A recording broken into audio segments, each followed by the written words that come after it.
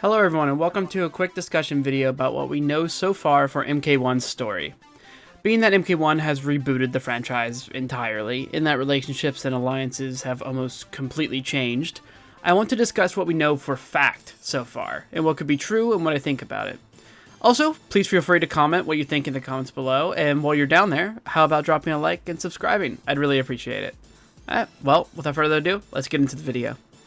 I first want to discuss Kenshi, because our classic blind swordsman seems to have quite the change of scenery.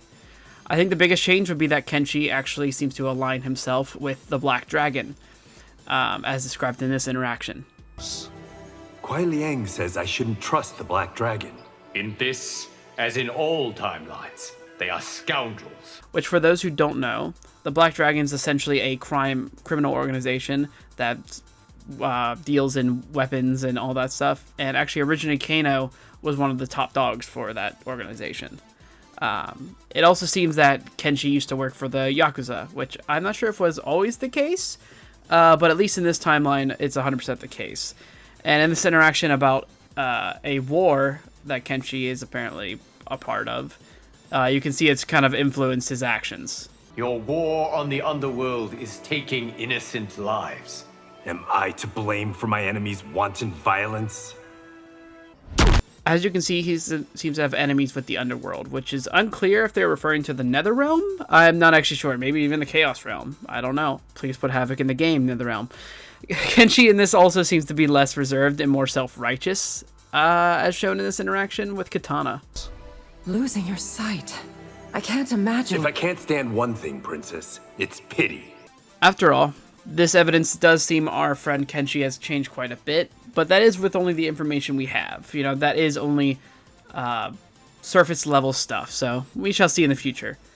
Alongside Kenshi, we have Sub-Zero seems to have quite a bit of changes. In one of the intro dialogues, he said he demands to find the Temple of Elements, and you can see it right here. You will not enter the Temple of the Elements. I will have the power you've locked away inside. So, referring to the Temple of Elements, in the past, it was used to guard Shinnok's amulet and other powerful things such as that. It's really interesting to me. It makes me curious what in this timeline is like powerful enough to be protected there, if not Shinnok's amulet. It also seems that Bihan himself is still Battle Bihan, being that he serves his clan and himself above all else, as we've seen in the past and in this interaction here. Your actions cost lives, Bihan. They were in the Lin Kuei's best interests. And this one. Your clan used to serve a noble cause. It is better now that we serve ourselves. Finally, we have talked about a lot of people, but one of my favorites have changed in their role quite a bit.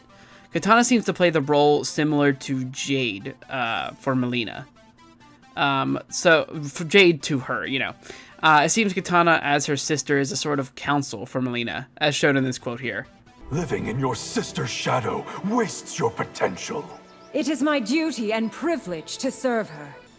I personally love the fact that the two sisters are acting like an actual family in this timeline, instead of Katana viewing Melina as an abomination and nothing else. Another important fact is that Jade is still here. So even though Katana is kind of playing the role of a counsel similar to Jade, Jade still has that role for Katana, it seems. And you can see that as said by Liu Kang here. Keep Countess Jade close. She is critical to your future. Is it possible you could be more cryptic?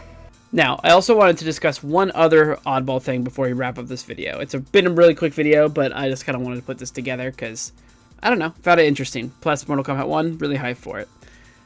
So, Scorpion and Sub-Zero.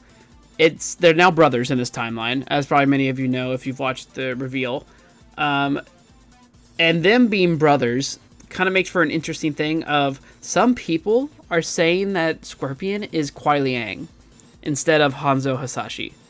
For those of you who don't know, Kuai Liang was Bihan, or this Sub-Zero's brother in the original timeline, and would make sense in the sense that, you know, they're brothers, so that keeps the same way, right?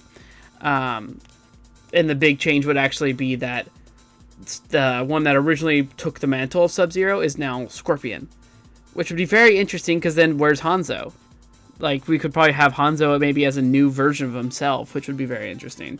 But either way, I just thought that was a cool thing to throw out there. If anybody has any thoughts on that, please put them in the comments below.